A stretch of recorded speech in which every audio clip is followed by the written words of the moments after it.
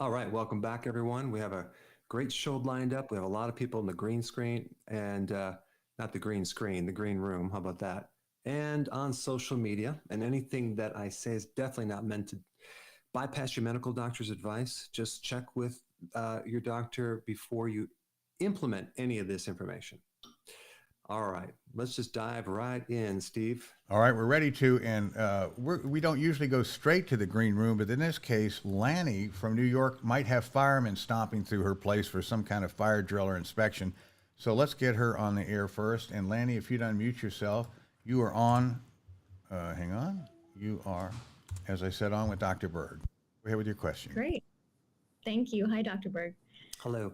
So my question for you is, I've always been a pretty lightweight person, like 5'6", 107 pounds in my early 30s, and I have trouble keeping on weight and gaining muscle. I gain muscle fairly easily when I work out, and the reason I work out is to keep my insulin and my hormones pretty stable, because I've struggled with that in my life. I had type 2 diabetes in my early 20s, but was the same weight. So it was what I was eating. And I also had an underactive thyroid that I worked with a naturopath to correct using potassium iodine for 2 years. So I don't take any pharmaceutical anything. I just kind of monitor what I eat and exercise, sleep well. But I'd like to put on some more meat on my thighs because I have chicken legs. And I wanted to know your opinion. Do you recommend intermittent fasting for someone who is, in my kind of situation? Yeah, the problem is, how do you maintain weight and keep insulin low? That's always been the question, since insulin is an anabolic hormone. It is involved in the growth of muscle, but it also is involved in the growth of fat. So how do you do that? Well, there's other hormones that you can activate to increase muscle. You have growth hormone and another hormone called IGF number 1, and these other hormones. So what you're going to have to do is still keep your carbs down, do intermittent fasting twice a day, increase the volume of food, add more exercise, especially to your legs, more heavier weight, lower reps. And because out of all the actions, you have to activating the muscle produces the most stimulation of hypertrophy of muscle. Now, as far as insulin, instead of increasing insulin with carbs, maybe you do it with protein a little bit more. So, because a moderate amount of protein is always recommended, but if you go up a little bit with the protein, half of that's going to turn into sugar and stimulate insulin to a certain degree.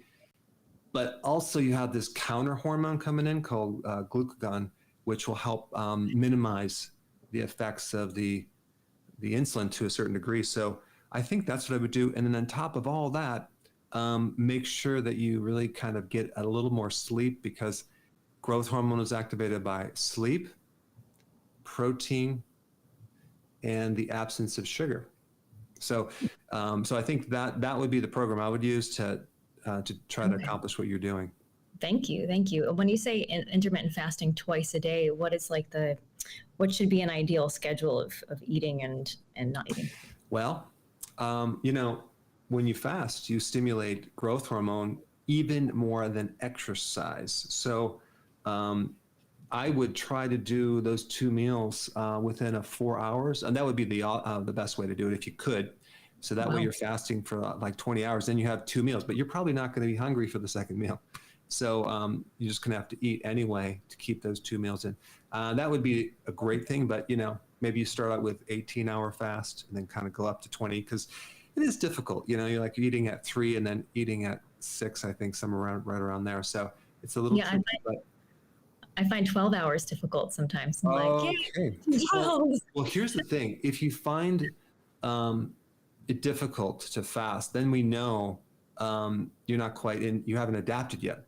And then when you adapt, you're actually correcting insulin resistance at the same time, which will then allow you to pull in more amino acids to help your muscle and pull more nutrition in and actually get really healthy. So I think perfect. Thank you. Yeah, I think this will help you on different levels. Thank you. That was great. Yes. Awesome. Thank you very much. You're welcome. That's great. Thanks so much, Lanny, for joining us on the air, and that's great. And when the New York Fire Department charges in, give them our best, and I hope they don't make too much of a racket in there. Okay, let's go over to social media and get a sense of who is listening to us. And by the way, we've got one person in Tisha in the green room who is from England. Tisha, I'm not coming to you yet, but I just want to say that we've got one from England, and then we got Alma from Spain. And in addition to those two great folks, we'd like to say hello to Canada, Bulgaria, India, Japan, the Bahamas, Germany, Greece, Algeria, Cameroon, the Netherlands, Israel, Mexico, Nigeria, Bangladesh, haven't heard from them for a while, France, Syria, Taiwan, Zambia, Sweden, Egypt, Belgium, Chile, Pakistan, the Philippines, South Africa, Italy, Malaysia, Denmark, Ghana, Turkey, Guatemala, the Dominican Republic, Bahrain, Lebanon, Wales, Indonesia, Australia, Oman, Dubai, Argentina, New Zealand, Spain, Switzerland, Romania, Trinidad,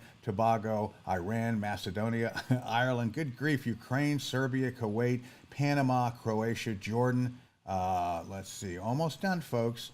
Australia, Norway, Brazil, Mauritius, Terry, you'll have to clue me in on that. Scotland, Finland, Kashmir, Sri Lanka, Nepal, Peru, and all across these United States.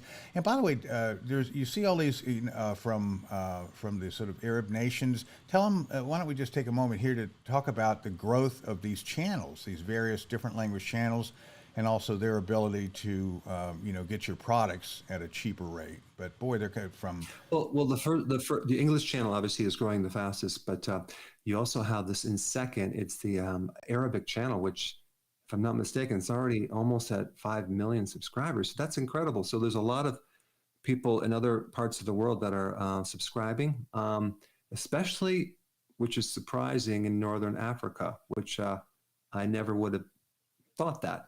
And then coming in third is the Russian channel, which is expanding. And then fourth is the Taiwanese channel. And so what we've done is we've, to try to help reduce all the expense of shipping, we've found some places over in these different countries that you can get products. We'll put some links down below so you can save on shipping. Well, that's terrific, folks. Thanks, everybody, for listening. And Terry, thank you for the furious typing you must do to catalog all this every week. Let's go over to YouTube. Helena, what can I take for anxiety? I'm taking B5 and quercetin now. Yeah, you need B1. Nutritional yeast will usually help, but B1 is the thing that's going to help anxiety the most. You'll feel like a sense of relief, calmness. And then the other thing I would use is you have ashwagandha is a great second best one. It's an adaptogen. So ashwagandha has been proven and known to help you pull someone out of this stress mode and worry. And so that's another good one too. So those two are my favorite. That's terrific. And if Terry hadn't done enough already, he wanted to add to the shout out Russia, Poland, and Ethiopia. I think that pretty much covers the entire globe. So let's see. Why don't we go to, so B1 for Helena. That's good. Stents. Let me go here. Let's see. B complex some more. My doctor, here's Deborah from YouTube. My doctor wants me to switch from keto to a more standard diet and eat everything and anything. He says it will develop organ failure if I continue with keto, and Deborah is 65. That's like saying, you need to brush your teeth with sugar water because that way it'll actually reduce the cavities. I mean, that person, just doesn't have all the data. And I would, do an experiment if you'd like. Just do what he's recommending, do his diet, and then do it for a month and then see how you feel. And then go back to what I'm recommending, and then you can see how you feel. And then you'll know for sure.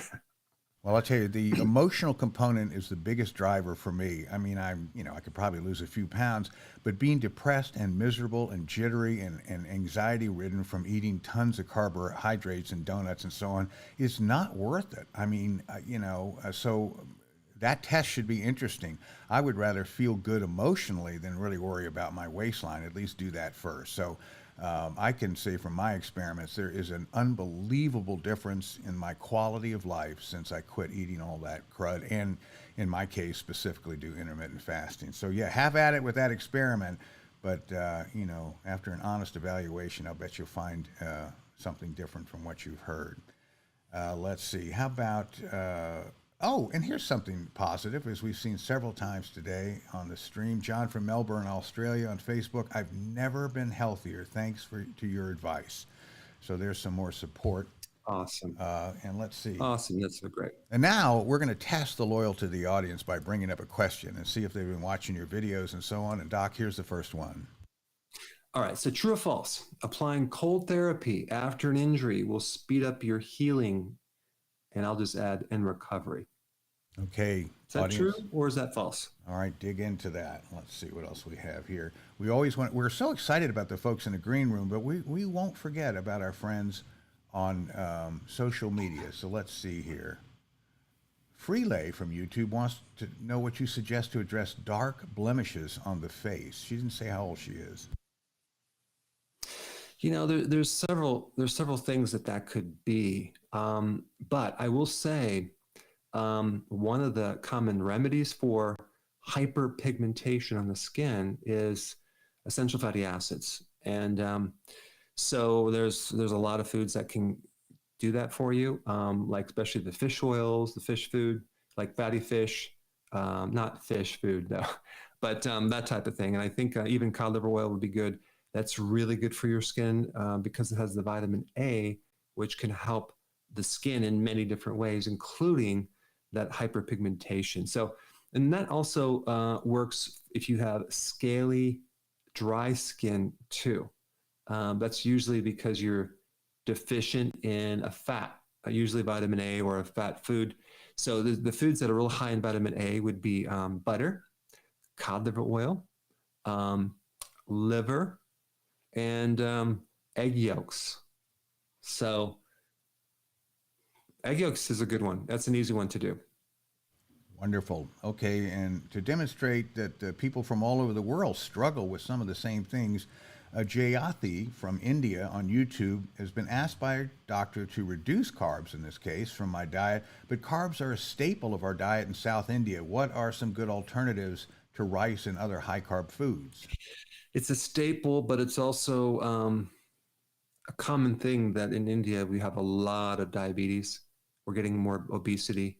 And so, you know, what worked to some degree maybe 50 years ago, the refined foods and the diet has shifted. It hasn't been exactly the same thing now versus back 50 or even 100 years ago in India. It's a different type of carbohydrate with a lot of other refined sugars and things like that. But unfortunately, you're going to have to start a new trend in India and trying to maintain those flavors, yet go low sugar. Now, we do have a lot of recipes on the YouTube channel under recipes. If you look under the different channel, that can help mimic some of these Indian wonderful flavors with just by cutting out the sugar. So with the rice, for example, I know some of you will say, well, no, I've tried that, didn't work, but you can make a keto rice with cauliflower that is pretty darn similar.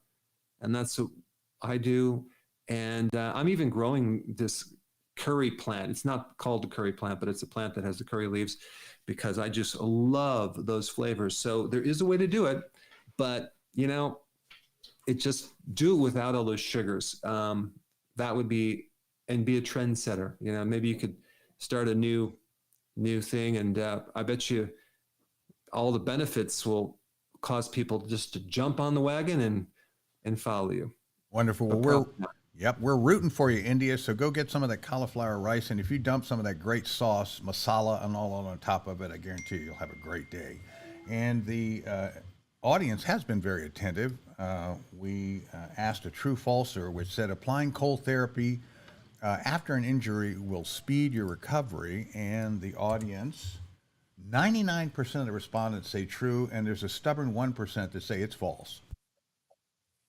Wow. Well, this might be some new information for a lot of people because it's false. And I'm going to release a video on this because we all know for a fact that when you have an acute injury, if you put cold on it, that's the thing to do, right?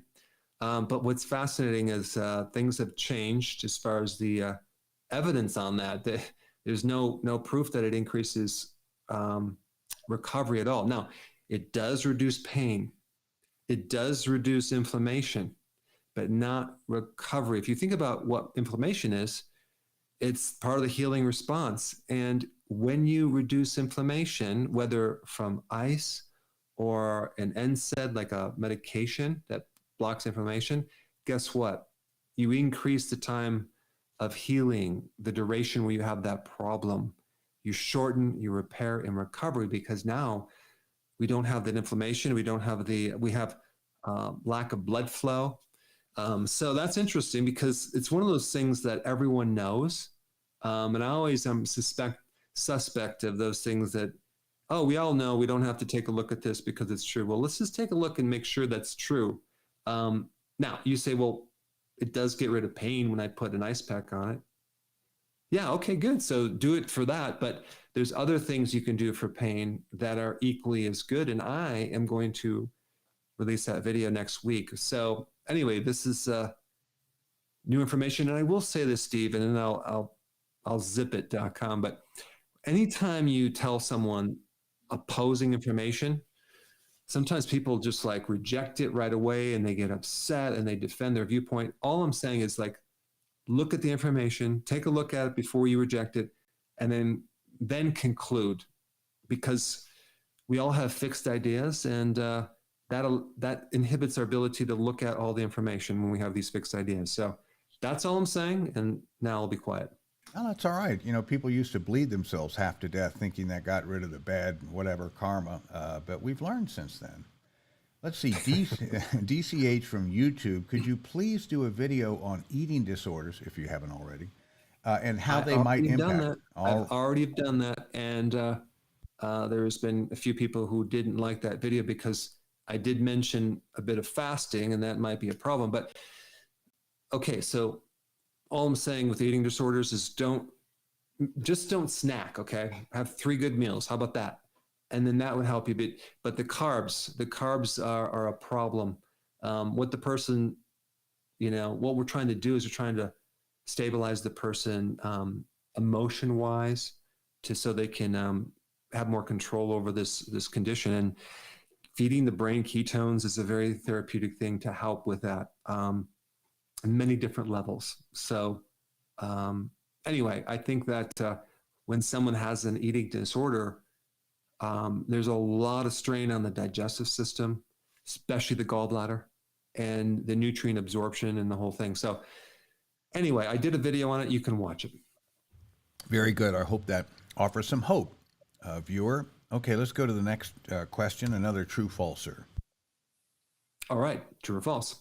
One of the best therapies for the lungs, I'm talking about the lower respiratory system, is exposure to the sun.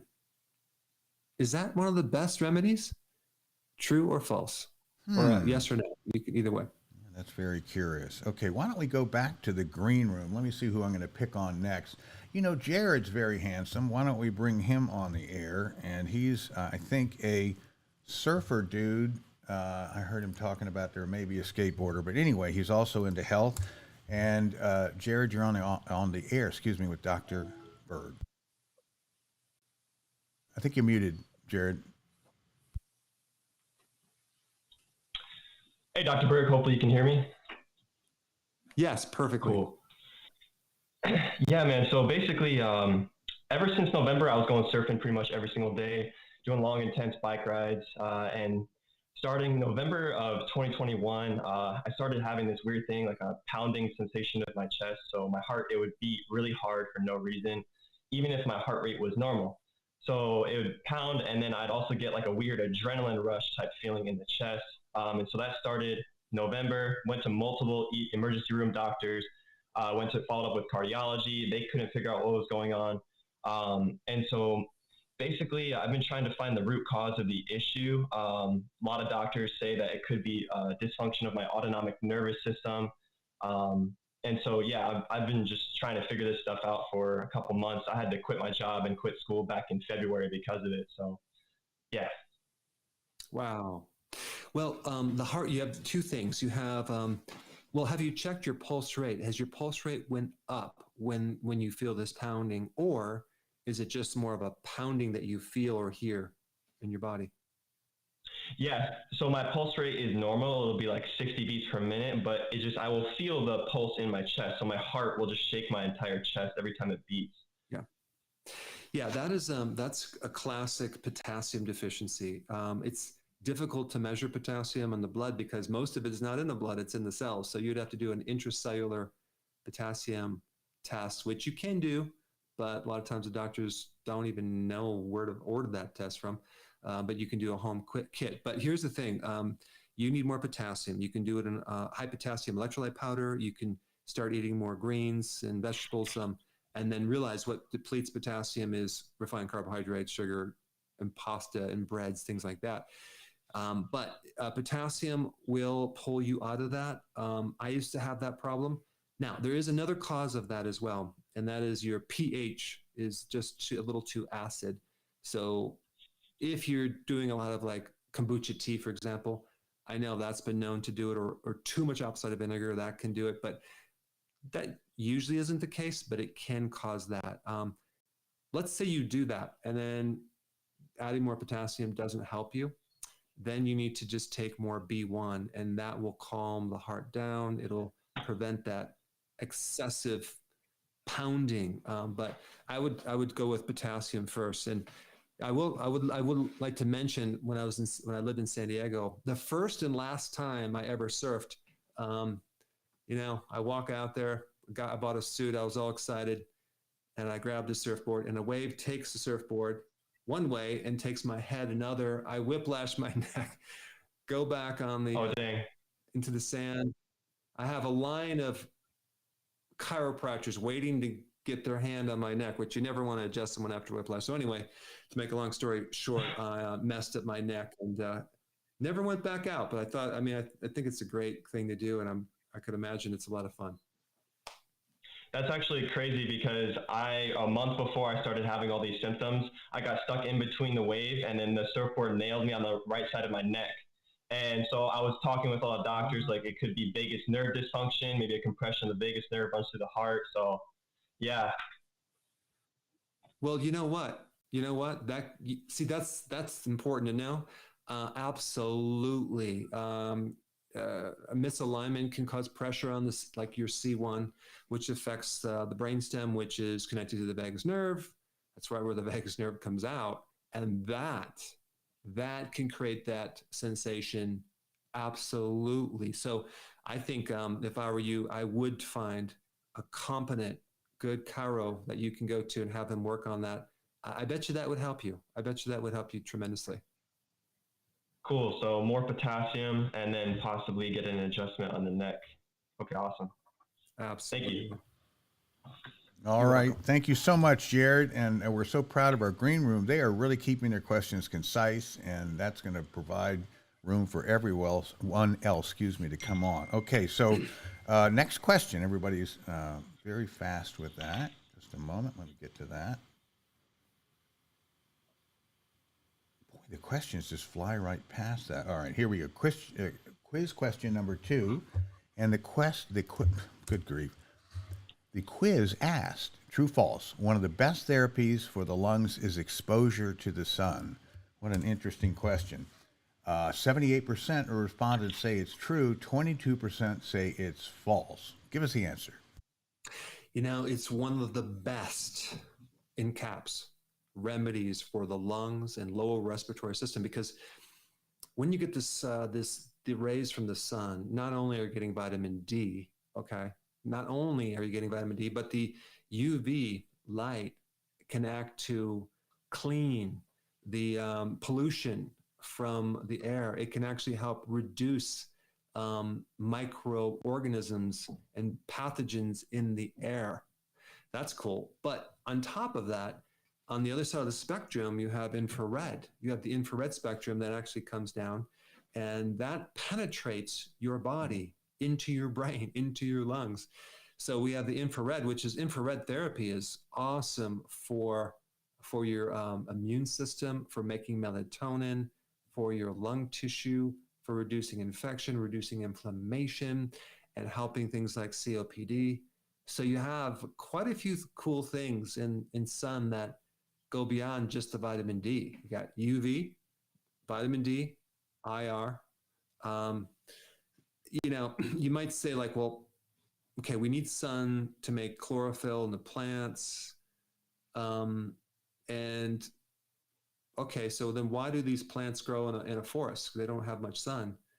Well, what's interesting about that, since my recent hobby is like studying light and using little devices to measure light and understand what light is, you have these plants that can grow chlorophyll from the IR, the infrared, which is not visible light, but it goes right through the trees down into these plants. And the plants that don't get as much light, they have to adapt, and they become more efficient at making oxygen and taking in CO2. So it's a whole interesting thing with light and how it affects plants and also our bodies. So yeah, if you have any type of respiratory issues or lung issues, you go out in the sun without getting burnt. And even if you go out there with your clothes, covering your head and the whole thing, you're still getting infrared, which is a great therapy for your body. Fantastic. Okay, going back to Facebook in this case, I don't see her name there, but she is having a tough time getting off of carbs and feels that maybe a supplement would help her. She's just, can't seem to dodge them. There's many things supplements that you can take. Like, for example, if you suck on these little inositol pills, right? There's kind of sweet. It's a B vitamin, but there's no sugar in it. And that will help reduce cravings. You also can start making keto treats with sugar alcohols, things like xylitol, erythritol, monk fruit, stevia. But there's one remedy that I really like, and Gemnema it's called. And you take that, and the word originates from a word that means sugar destroyer, because it's been used for a long time, hundreds of years, to help diabetes in other parts of the world. So it helps stabilize your blood sugar. And if you chew a tablet, okay, before you eat something sweet, it blocks the taste receptors for sweet. So everything tastes bitter. And that will destroy your pleasure for sweets. And so that's a great demonstration to do at a party if you want to ruin a party real fast. Interesting. And by the way, that question was from McKella, so from Facebook. So I hope that answers some of your questions. I have to add one more thing, because here's the thing though, you're ultimately, to really fix the sugar cravings, you have to stop eating sugar for a little period of time, so your body then switches to burning fat. So if you don't ever stop eating sugar, you'll never ever get rid of the cravings. And of course, it does take 3 days to kind of do that. So also fasting. But if you just stopped eating sugar right now, tomorrow you'll still crave it, because it takes a little bit of time to adapt. So I always recommend reduce the carbs below 30 grams, and then just give it 3 days, okay? And then the cravings will go away. And then now we know you're burning fat, and it's going to be a lot easier to stick to it, because guess what? I mean, trying to get rid of cravings with having cravings is really hard. Wow, another question. This gentleman lost 40 pounds on your process, but then when he went to the doctor was horrified and said he must get off that and go to vegan and more carbs and so on. He just lost 40 pounds. I don't know, was the doctor wanted to get it back? Steve, it's dangerous nowadays to lose weight, because we need to keep this weight on, because I have no clue what he's talking about. That is so strange. You're doing great now. Change everything. Okay, I can't imagine why they would ask that. All right, let's see. Why don't we go with another quiz question here? The audience is absolutely on it. Here it is, Doc. Okay. What is the only nut that contains omega-3 fatty acids? All right, jump on that. I'd be interested in that. I'll start munching on those as well.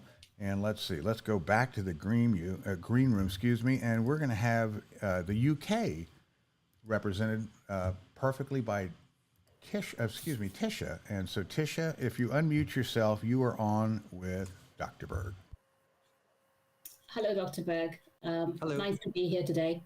I just want to say I really appreciate all the videos that you put out. And although I have very recently started following them, it's great to have some information to fall on. So I started intermittent fasting and keto on the 13th of this month. So today is the 12th day. I gradually built up to 1 meal a day. So I'm only having 1 meal now, which is great. But my question is, I'm diabetic as well. I was diagnosed with type 2 last year. I want to try and fast for much longer now, maybe, I don't know, 2 days or something. But I want to see if I can, I'm a vegetarian, so can I have vegetarian broth for it? And I also wanted to ask, I have a lot of social events from work and social life and so on and so forth. How do I tackle being out with people and either not eating or eating very specific foods? I always struggle with it and I always end up giving up.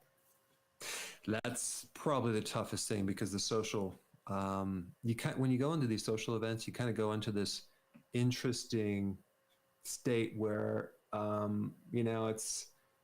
it's hard because everyone's doing it and they're like, hey, here, have this, have that. So you're going to have to probably maybe eat before you go to the social events, so you at least have food in your mouth, or food in your stomach.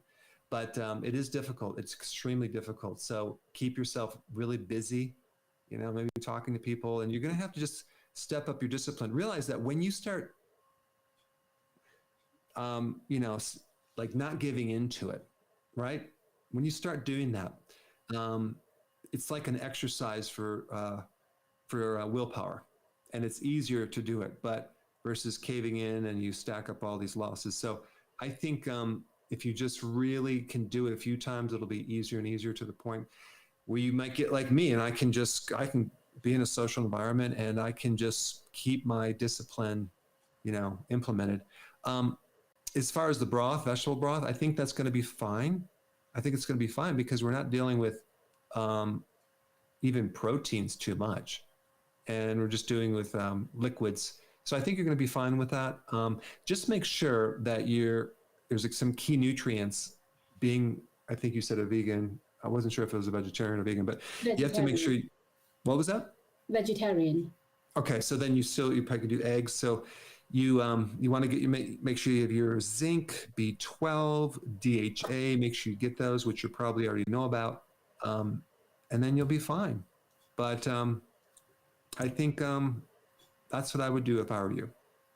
All right. Thank you so much. You're welcome. Tisha, thanks so much and for representing the UK so well. And the audience is representing themselves well by answering these questions so quickly. And the latest one was, what is the only nut that contains omega-3 fatty acids? And there's a lot of opinion on that. So 35% say walnuts, 25% say Brazil nuts, 20% say macadamias, 10% say pecans, and 10% say almonds. Who's right? The walnut group. Walnuts have something called ALA, which turns into EPA and DHA. Which basically, the walnut is the. Now, I will say this, Steve. The pecan has a very tiny bit of ALA, but it's just so insignificant. I didn't even bring it up. But the walnut is the one that has the omega-3, and it has some other cool properties. I will release a video on that too. But walnuts are typically sold raw, and some people eat them and they're kind of rancid, and sometimes you can just taste it, or they might create gallbladder issues. There's a great brand I would recommend, and I'm not affiliated with this company at all, but it's organic sprouted walnuts. So they literally soak them in water for 48 hours, and they put them through a dehydrator at low temperatures. And man, they taste great. They don't go rancid. You don't have the enzyme inhibitors. You don't have the phytic acid. So it's really a great thing to have on keto. So you might want to try that. You can order them online. And of course, I just ordered another 3 pounds of it, but it's great to have after a meal. And I like to do maybe have a little chocolate with that, keto friendly, but I do the Lily's or other brand chocolate chips that are keto friendly, but without the soluble corn fiber or the tapioca or the dextrin or the maltodextrin, all the other crap out there. So you have to read the labels on that. And the reason I don't use the chocolate bars is because they're starting to put all these synthetic fibers in there. And, we just want the erythritol, monk fruit or stevia, and then the cocoa powder, and that's it. So I might do the baking chips with that, just a little bit with those walnuts. It's a great little dessert after a meal. Well, there you have it. Carrie from YouTube is asking, how much benfotiamine should I take on a daily basis? She didn't mention any sort of cause.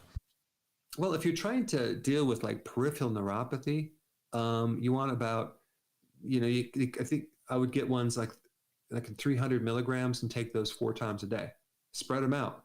And that just penetrates the myelin sheath, and it can help heal that nerve real nicely. So, yes, the 300 milligrams 4 times a day.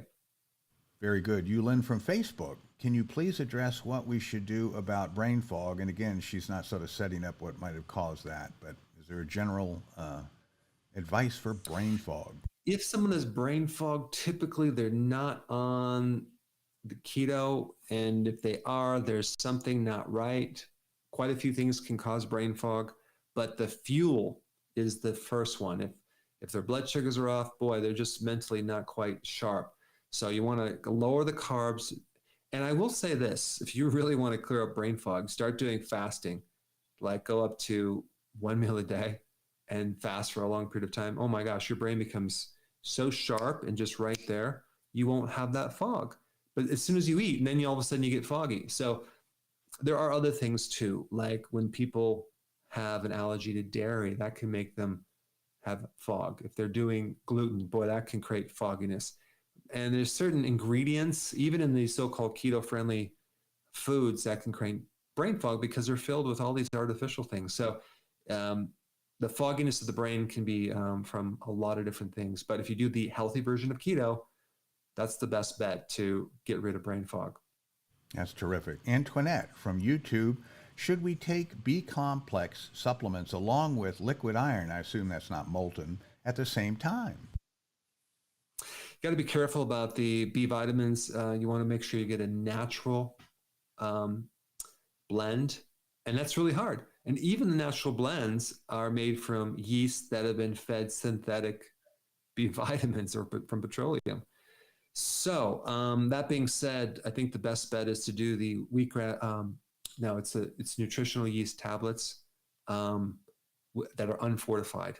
But there are other B vitamins, like for example, and I'm not biased of my keto energy, I did find it was hard to find a source of B vitamins that came from actual food. They're a little more expensive, but I do have that available. And as far as liquid iron, I would be very careful. I don't even recommend taking any iron supplements other than if you're going to do like a yeast, a bovine spleen product or a liver product like grass-fed liver. But most of the other iron supplements are made from elemental type iron, which is not good for your body. Now, if you're a female and you're menstruating, you need iron. If you just have some, rare red meat, that would handle it, or liver pills. That would be the best source of iron. Terrific. Why don't we go back to the green room? And this time it's going to be Alma from Spain is going to ask a quick question of you. And Alma, if you're unmuted, you're on with Dr. Berg. Thank you, Dr. Berg. Thank you for having me on the show. Mm-hmm. I've been watching your videos for the last 6 months, and I find them very practical and beneficial. 2 years ago, I suffered from adrenal fatigue due to a prolonged physical and psychological stress with all the symptoms that go along with it: fatigue, brain fog, headaches, palpitations, dysbiosis, all that. And I felt terrible. After a year or so, I started to improve a bit, keeping the stress as low as possible. I must admit, for the last 6 months, I've noticed a bigger improvement in my health by doing intermittent fasting, 18-6, keeping a low-carb diet, and having some supplements that you recommend in your videos, like the ribose, the sweet wormwood, big one. And I just watched your last video about the olive leaf extract as well. So what else would you say, what you recommend that I should take? Yeah, lemon balm tea is a good thing to take through the day. I'm not sure if you said that one, but lemon balm tea is a good one. Ashwagandha is a really, really good one. And then also go for the long walks, and do more physical work outside. I'm telling you, um, for many different reasons, it gets your mind off things and it gets you out of your head so you can actually keep the stress lowered. But that's what I would do. You're on the right track. Give a little bit more time. But exercise, of course, is always great. But if you can do physical work, that would be the absolute best therapy.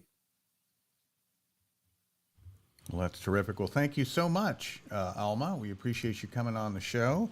Let's go back to social media, this time Nicole from Facebook, who is an RN. I was taught in RN school that weight is good for bone development, as is exercise. Could weight loss on keto and intermittent fasting inhibit bone development? I think when we're talking about weight, I think they're talking about lifting weights, because just by weighing more, yes, it's going to pull in your bones, but that's not the best way to make your bones strong. So physical activity will strengthen your bones because the bones are connected to the muscles, right? But also vitamin K2 will make your bones really, really strong and solid. Not to mention adding the vitamin D with it. I would get your calcium, if possible, if you don't have a dairy problem, from dairy. And if you do, from lactose intolerant, you can do the, I'm telling you, the best way is to try to find a place in your area that sells raw milk and make your kefir from raw milk. It's dynamite. In 53 states now, you can actually get raw milk and make your own kefir. So that's just something that I think is good, because you get all these probiotics, right? And you get the calcium more bioavailable. So these are just some things that I would recommend. That's terrific. Okay, still on Facebook, Christina, is the keto diet okay for Crohn's disease? What a horrible condition that is. Yes, because typically with Crohn's disease, you have all this inflammation, and if you're not on keto, you're probably doing grains, and that's just tearing you up. Not even necessarily saying that you have an allergy or a sensitivity to gluten, but you could also have a form of intolerance to gluten that a lot of people have that is really hard to test, and that can just tear up your stomach. And all these grains are high in omega-6 fatty acids. So I would do that. And some people cannot even tolerate vegetables, even on keto. So if that's your case, then you might want to do the carnivore diet for a period of time to heal your gut. And that's keto because it's low carb. Very good. How about another true falser, Doc? All right, good. All right, true or false? Chronic fatigue and fibromyalgia are usually caused by a virus. Okay, folks. True or false? Dig into that one. And let's see, what else do we have? Let's go ahead and knock them out in the green room. This time we're going to go to Chris from San Diego, maybe another surfer dude, or I think I heard him saying he's a longboard skateboarder, but, both great pursuits. And Chris, if you're unmuted, you are on with Dr. Berg. Good morning from California, Dr. Berg. Good morning. I think I've been following your stuff for 10 years, so I really love what you do. Thank you so much. Oh, that's great. So I got 2 BCCs removed, and I've started keto to hopefully prevent that in the future. And my question and one problem that I have is, the question is, what to do long term as far as ketones. So I've started the keto diet, and in the morning my ketones are about 3.1 or 3.2, something about that. And I eat OMAD, so I guess I eat at around 6 p.m. So actually I don't know what they are by 6 p.m. They're probably up around 4, maybe 4.5, I would guess, after that time. So my question is, what to do long term? What should the ketone levels even be? Should they be 1.5 or 3 or over 3, especially as far as BCC? How long do you do this? Do you ever add back starches? Sometimes people say you should, so I don't know about that. And I do have one problem. I started taking a lot of electrolytes, and I think I did the math wrong, and I was taking about 7 grams of potassium, and I developed this kind of sensitivity in my right ear, like a popping every time there's a loud sound, like my ear pops, and it's quite uncomfortable and slightly worrisome. And I was wondering if you think maybe that's from taking too much electrolytes. I've cut out the electrolytes now. So, quick question: you said DCC. Oh, the BCC, basal cell carcinoma. Ah, BC. Okay, I thought it was DCC. Right. So, have you been watching the recent videos on the on cancer? Yes, I have. All of them. Yeah. So I'm going to do another one on Monday. I'm not going to release it, but I'm going to actually do the interview on Monday, and then I'll probably release it early next week. But there's a common thread with this cancer. And of course, I'm not promising any cures for anyone, and I have no products to sell you for cancer.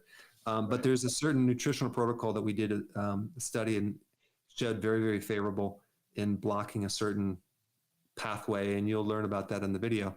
But the biggest thing for making cancer go bye-bye is the fasting. It's the periodic prolonged fasting. So you may even want to contact some of these guys to, just get a little bit of clarification. But I will say that I don't know how hard this would be, but to do a 21-day fast, that's extreme. You'll probably lose a lot of weight, but that would be extremely therapeutic to create a huge impact.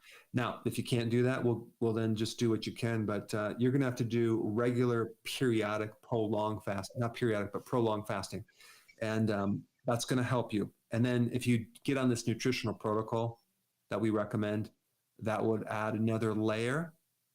And I'll be talking. Each time I do one of these videos, I learn something new or refinement of what someone did, and I'm going to share that. So I do have a line of people for interviews that are just getting great success. But as far as what you're trying to do with ketosis, you're in ketosis. The question is, how deep do you go in ketosis? I think you need to. I think you're at a good level. I wouldn't necessarily try to go more into ketosis. Because when you actually fast, ketones are not the only thing that are anti-cancer. There are other factors. There's genetic activation of certain things that can help you decrease cancer. There's the stimulation of your immune cells that are killing cancer cells. So it goes way beyond the ketones. But I will say, and I talked about this before, you probably learned about that, but ketones can provide for the raw material for the membrane of cancer cells.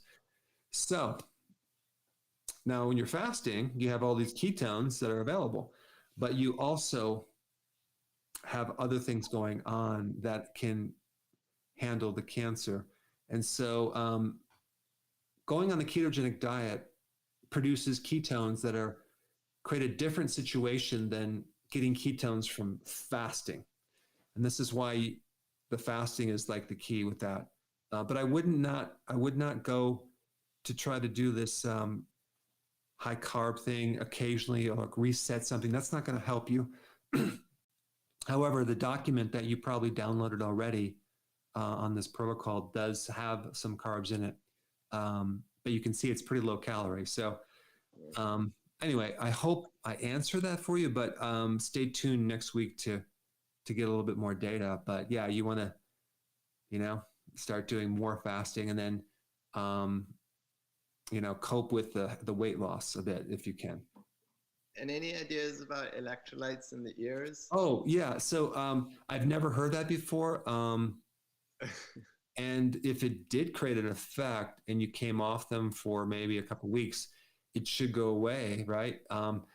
But you have to realize, even if you took 7 or 8 or 9 or 10 grams of potassium, your body has a very efficient way of getting rid of the excess. It's not like other minerals like calcium and iron or even sodium. Our bodies are very, very efficient at getting rid of excess potassium. So I don't know for a fact if that was caused by that or something else, but yeah, just maybe stop it and see if it goes away. Perfect. Thank you. Great. You're Well, thanks so much, Chris. Enjoy that. And our hearts always go out to people who are battling cancer. So we wish you all the best in that regard. And the audience, as usual, is really coming up quick answers. And chronic fatigue and fibromyalgia are usually caused by a virus.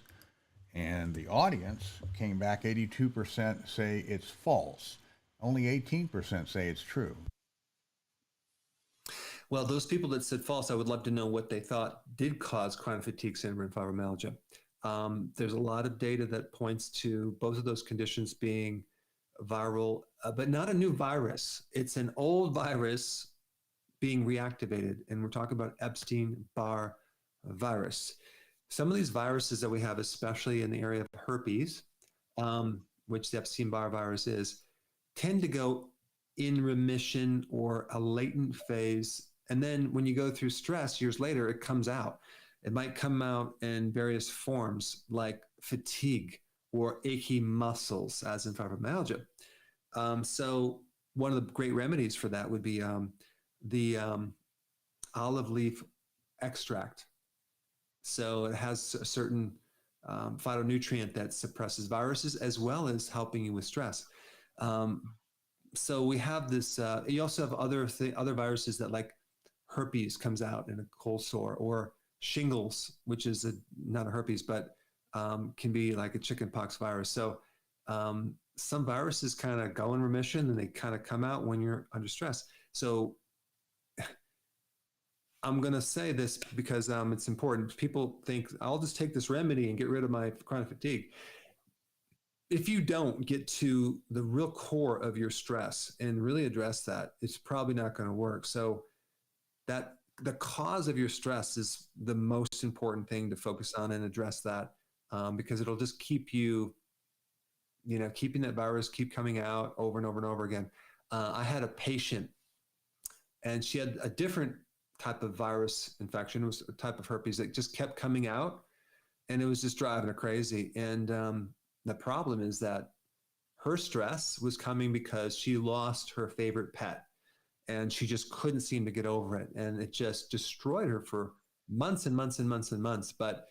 And that's a different situation. It's hard to overcome losses. But the point is that the stress is a devastating thing for your immune system, because it paralyzes your immune system and then allows things to happen. And this is why behind autoimmune diseases, you always see a stress event that occurs right before they develop this autoimmune disease. Like, what's up with that? And how did that happen? Very interesting. Okay, final question for the day. All right, true or false? Sweating helps balance your sodium potassium ratios for the average American. Okay, climb onto that. And I've got a kindred spirit here, Matt from Fairfax, and I got in a lot of trouble in Fairfax as a youth. I used to live up there. So I'm sure they're glad to have me transported to North Carolina. And Matt, if you're unmuted, you're on with Dr. Berg.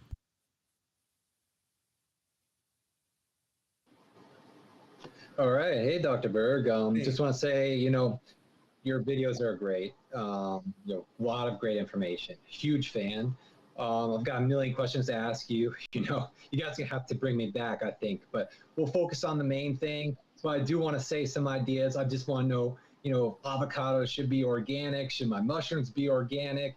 should my olive oil be organic? But those aren't as important. Let's get to why I came to you and why I discovered your channel, why I've got so much great information from your channel.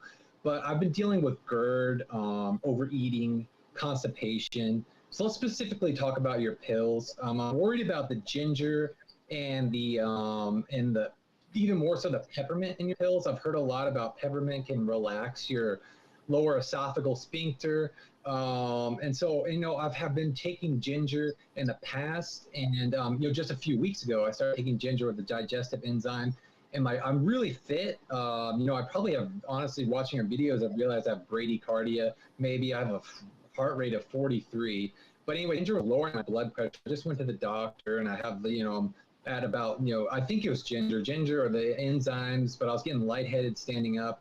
Anyways, I need to find relief that works for this GERD, and I think apple cider vinegar has been helping, but I need to take it up a step. And so I'm looking into your pills, but like I said, I'm worried about the potential of what I've heard about how peppermint you should avoid when you have GERD, and then the thing with the ginger in there, and then also tied to that question then would be, should I be worried about chocolate as well since it has caffeine? So okay, good question. With GERD, I guess that's where we can stop for now. So it's one of those things you'll have to just test it out, because for most people, peppermint, different spearmint, all these different mints, and there's quite a few of them, as well as ginger, helps with the lower part of your digestive tract. And I'm talking about right when it gets beyond the stomach into the small intestine, and has an effect of reducing spasm for bloating. It increases bile release.